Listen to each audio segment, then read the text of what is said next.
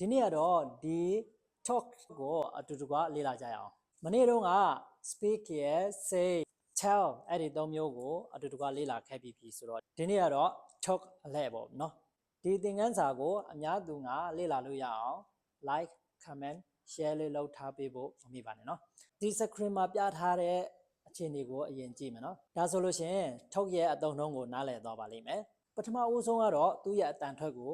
ဂရုစိုက်ကြမယ် American English ကတော့ talk လို့အတန်ထွက်တယ် British English ကတော့ talk လို့အတန်ထွက်တယ်ဆက်သွားမယ်စကားပြောတယ်ဆွေးနွေးတယ်ဆိုတဲ့အဓိပ္ပာယ်အနေနဲ့ပြောမယ်ဆိုလို့ရှိရင်အနောက်ကဘာမှမထည့်ဘူးဥပမာ we talked for hours can we talk ဒါကတော့စကားပြောတယ်ဆွေးနွေးတယ်ဆိုတဲ့အဓိပ္ပာယ်ဒုတိယဟာကျတော့ to ဒါမှမဟုတ် word လိုက်မယ်သူ့ရဲ့နောက်မှာ someone some person ပေါ့ talk to တယောက်ယောက်ကိုသွားပြောတယ် talk word ကျတော့သူလည်းပြောကိုလည်းပြော conversation ပုံစံမျိုးနဲ့ပြောတာဖြစ်ပါတယ်ဥပမာအနေနဲ့ပြောမယ်ဆိုလို့ရှိရင် I talk to my teacher word ကျတော့ခုနပြောသလိုအပြန်အလှန်စကားပြောတယ်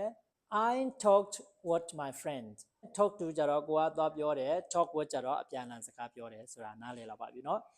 talk me လို့မရတော့ဘူး talk to me လို့သုံးပါပဲရတော့မှာเนาะ talk about ကျတော့တယောက်ယောက်ဒါမှမဟုတ်တစ်ခုခုထည့်ရမယ် about ဆိုတာဒီနားမှာအကြောင်းအရာလို့ပြောမှာเนาะဥပမာအနေနဲ့ပြောမယ်ဆိုလို့ရှင် let's talk about English they were talking about you နောက်ဆုံးတစ်ခုကကြတော့ talk to someone about something တယောက်ယောက်ကိုတစ်ခုခုရဲ့အကြောင်းကိုပြောပြတာဥပမာအနေနဲ့ပြောကြည့်မယ် she talked me about her job ဒါဆိုလို့ရှိရင်ဒီ talk ရဲ့အသုံးအနှုန်းကိုပြည့်ပြည့်စုံစုံနားလည်လောက်ပါပြီထင်ပါတယ်เนาะ